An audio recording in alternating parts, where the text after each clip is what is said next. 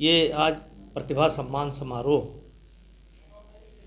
देवीपाटन मंडल में ये कार्यक्रम 10 जुलाई से शुरू हुआ था। आज 23 ब्लॉक कंप्लीट हुए हैं। आज ये मनिकापुर में था। बाकी बचे हुए कार्यक्रम 15 दिसंबर तक पूरे कर लिए जाएंगे।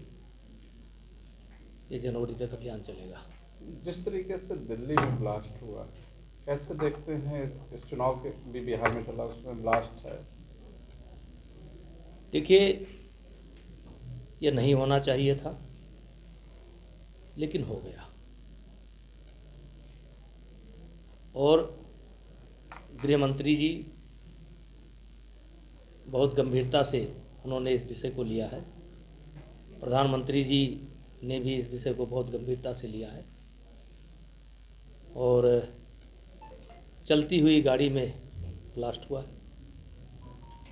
इस समय कुछ घटनाएं 2-1 दिन पहले घटी हैं, जिनमें AK-47 विस्फोटक पदार्थ बरामद किए गए हैं। और अभी जो संकेत मिलता है, यद्यप जांच एजेंसी लगी है, अभी कोई खुल करके बयान सामने नहीं आया है, लेकिन कुछ न कुछ तार जो है इसके 2-4 दिन के अंदर जो घटनाएं घटी हैं उससे जुड़ रहे हैं। डॉक्टर शाहीन की गिरफ्तारी पाकिस्तान से सीधा जुड़ा है। डॉक्टर शाहीन की गिरफ्तारी हुई इसमें, इसी विस्फोट में। यही बात मैं कहने की कोशिश कर रहा था कि इधर 2-3-4 दिन से जो घटनाएं घटी हैं उसका लिंक कहीं ना कहीं इससे मिलता है। और पाकिस्तान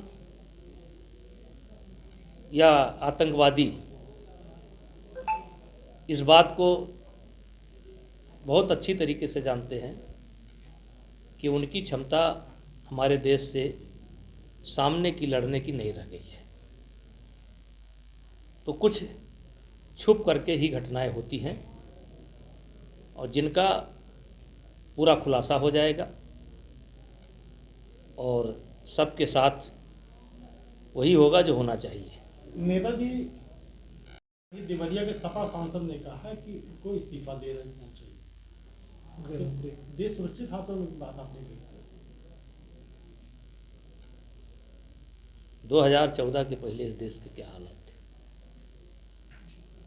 जम्मू कश्मीर के क्या हालात थे, नक्सलवाद का क्या हालात थे, छत्तीसगढ़ के क्या हालात थे, आसाम के क्या हालात थे, बॉर्डर पर क्या होता था। इसी जम्मू कश्मीर में हमारे सैनिकों को पिन चुभोया जाता था और वो सैनिक रुक कर मुकाबला नहीं करते थे क्योंकि उनके हाथ बंधे हुए थे। ये दृश्य आपने नहीं देखा है? ये दृश्य क्या इस देश के लोगों ने नहीं देखा है? और आज इस्तीफा मांग रहे हैं। किस बात का इस्तीफा मांग रहे हैं? क्या आपको 2008 याद नहीं है? 2008 में लगभग 300 लोग घायल हुए थे और 250 या 200 कह सकते हैं आप, लोग मरे थे। और तत्कालीन गृह मंत्री 3 बार मीडिया के सामने आए थे, 3 बार नया सूट पहन करके आए थे। अब उससे तुलना करेंगे आज के गृह मंत्री की? उस घटना से तुलना करेंगे आज की घटना की? और अभी 24 घंटे पूरे नहीं हुए हैं और लगभग हर चीज़ें परत दर परत खुलती जा रही हैं। तो कैसे मान लें कि ये देश सुरक्षित हाथों में नहीं है? आज जो देश सुरक्षित हाथों में नहीं है, मैं उनसे पूछना चाहता हूँ, चाइना ने जब कब्जा किया तब किसकी सरकार थी? अब पुरानी बात निकलेगी तो दूर तक जाएगी।